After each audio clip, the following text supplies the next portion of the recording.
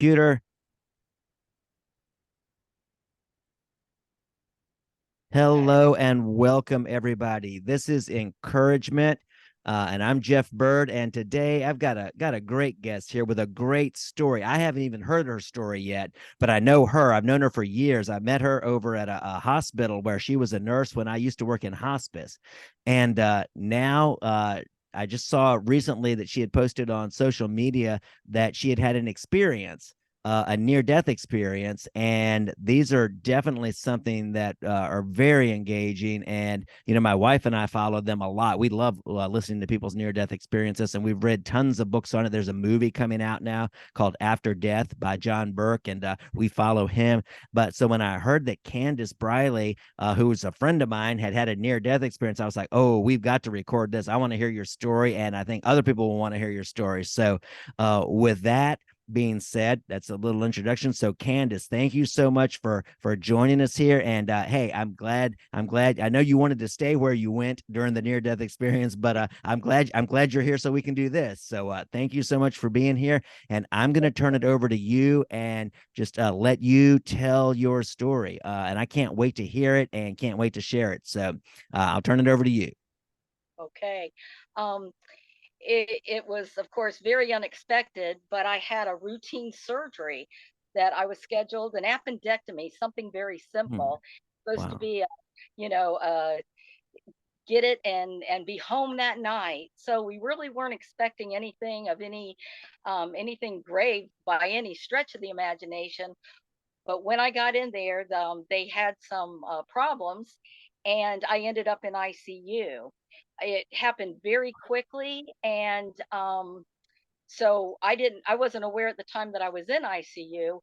But my husband had already gone up there and was talking to the doctor about whether I was going to make it or not. And so while he was in the middle of that, I was in my room in ICU, and all of a sudden, again, I went to sleep expecting to wake up, and when I woke up, I was in this very dark, Hmm. the darkest place I've ever been that you can still see. And there was no fear. It's like, where is, I was just completely blown out of my mind. It's like, where am I right now? Where is the logic in this? I'm the nurse. I need to know. I need to figure this out. No fear at all.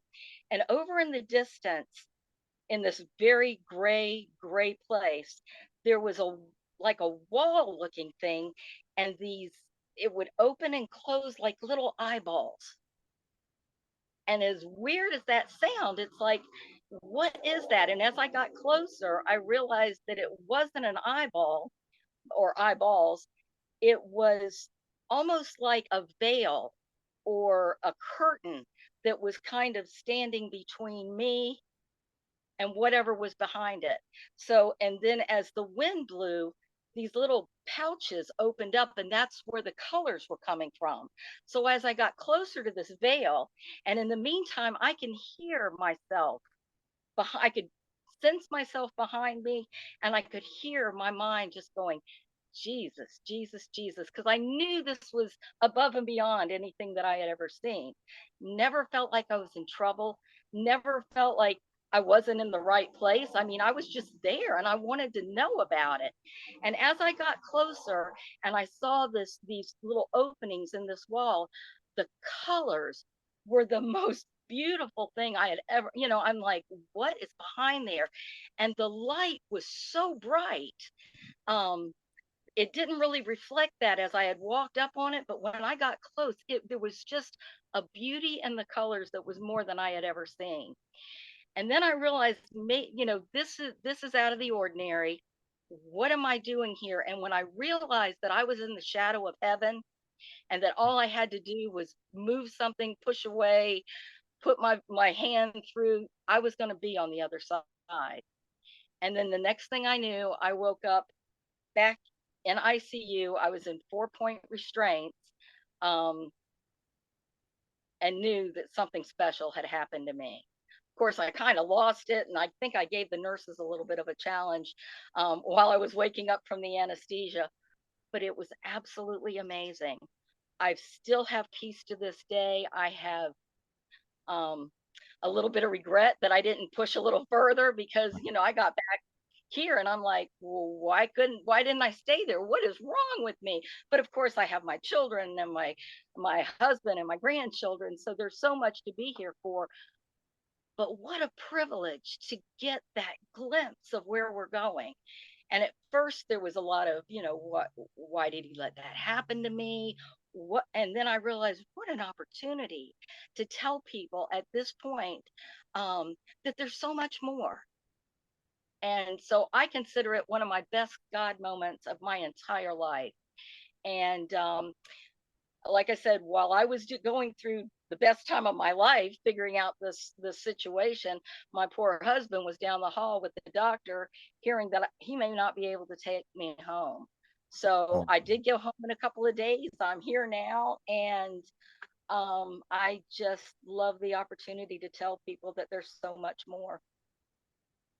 wow, Candace. Yeah, that's amazing. Well, what a scare. I mean, that must have been such a scare to your husband too. Wow, poor guy. I can Yeah, only he imagine.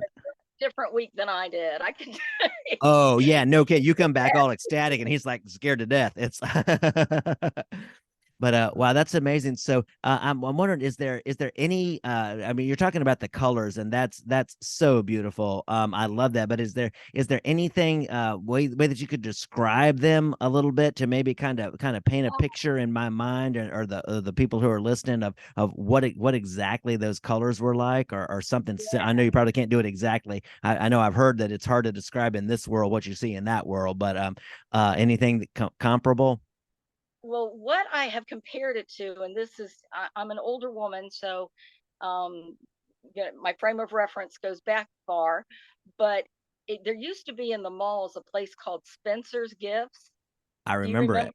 Oh yeah. And in the very back, there was always the posters and the black lights and all the colors that were. It was almost like those kind of colors, only in bright light, if that Gotcha. kind of explains it. They were almost neon in daylight. They were brilliant, and I'm so sorry I didn't see more of them. I know. Well, we will. That's the hope. At least you got a glimpse, so that that, Oh, that keeps the hope keeps the is hope there. alive. The hope is there, and I don't think I've ever really been afraid of death. Being a nurse and dealing with hospice patients and other things. I mean, it's Right. something that I've dealt with on a daily or during my life. So there's never really been a fear of death. But now I'm almost looking forward. It's like, okay, death would be all right, Yeah. later at this point, because there's still a lot to do. Right. Right. Yeah. Wow. So and then you're the whole. I mean, it's kind of obvious, but I just want to say you're the whole. I mean, you would think you would come back from something like that, and people would think, well, wow, that would have been pretty scary. You think you're going in for a routine procedure, and you end up almost dying, but you come back more ecstatic and joyful and hopeful than I think I could probably safely say than when you went in. Right. Yeah. Oh, absolutely. Absolutely. I mean, I've always been the kind of person to say, God, interrupt my day.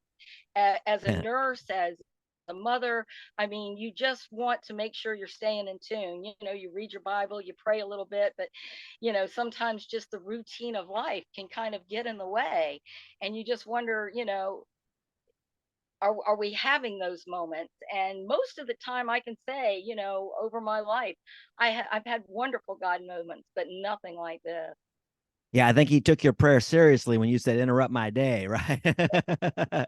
He's like, okay, That's watch not what this. I meant, but I'm so glad he did. Well, and Now, I think in the Bible too, it talks about us being captive to the fear of death. All our lives we're captive to the fear of death. And what I'm hearing you say is that no, don't be afraid of this. This is way better than this life. It's like you're afraid. It's almost like if a caterpillar was afraid of the chrysalis, afraid of that chrysalis stage, afraid of that chrysalis stage, but it didn't realize, hey, I'm going to come out a butterfly. I'm going to soar over where I once crawled.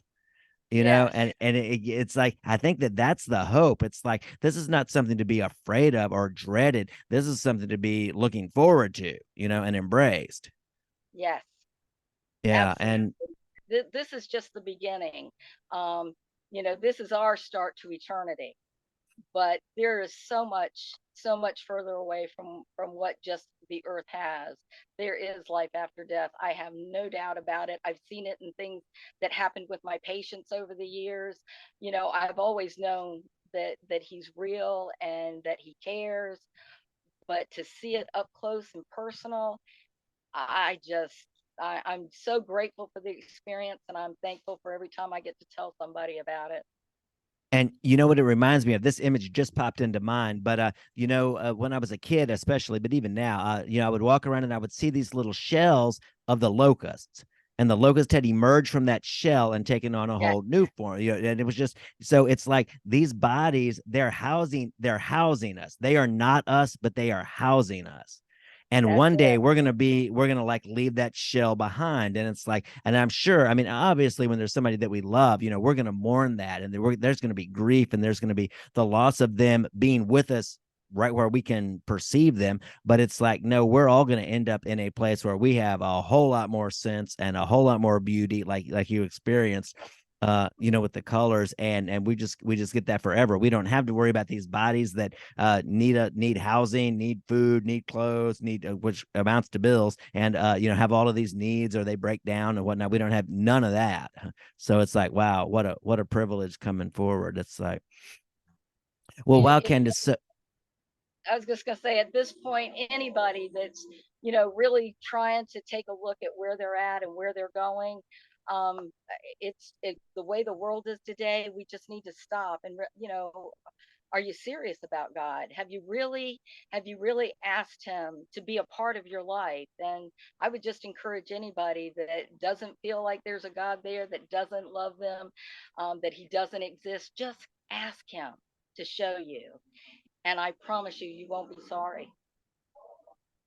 right. Thank you for that, Candace. Yeah, I was listening to something the other day, and it said, and it's like usually we think we've got to do things for God, like be busy and whatnot religiously and stuff. And I've gotten over that a long time ago. But this was like just do something for his heart.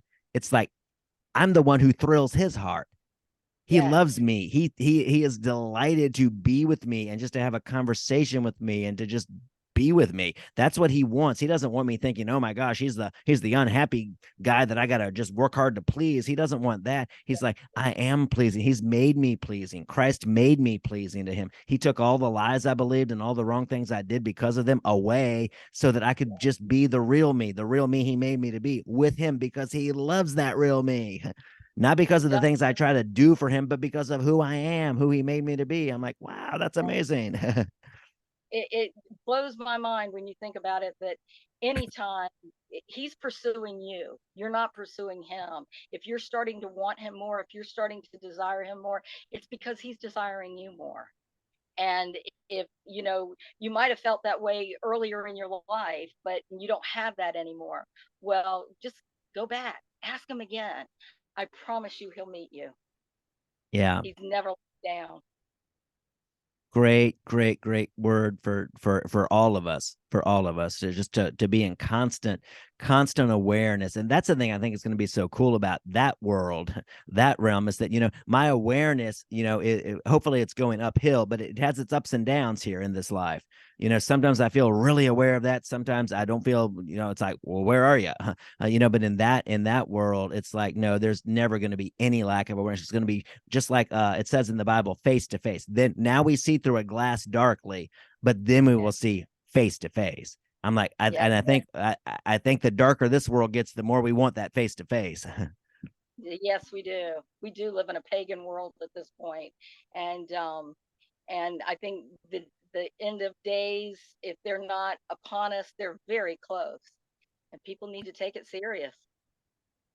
I feel that way too. Now that there haven't been dark times before, but this seems like an unusual darkness, where people are really just grasping. They're just looking for hope, and some have this little construct of a life they've created. Some have never got that, and they're just like, wow, I just want a life. And so what you're saying and is that God is that life. He is that life, and he is madly crazy about you and in love with you, and that's all he wants is just go, hey, just trust me.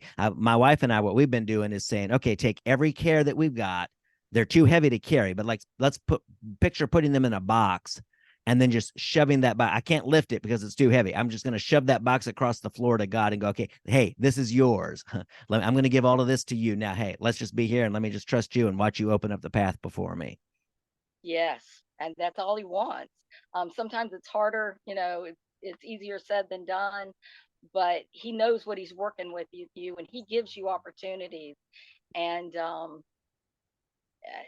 he's never let me down. Yeah. Well, Candace, thank you so much for sharing your story. And boy, it's great to reconnect. I know we haven't seen each other Yeah, since we were over at the hospital, but wow, it's great to see you again and to talk to you. And for everybody who listening in, boy, just feel free to comment on the YouTube post and to like this and just be encouraged. Be encouraged that there is better better is possible, better is coming. There's better than what we're currently experiencing in this world, the way we've created it. There's a whole new world that God's created, just in beauty and in love and in peace and colors and just brilliance for us. So yeah. thank you, everybody, and thank you, Candace, and until next time, everyone, God bless you. God bless.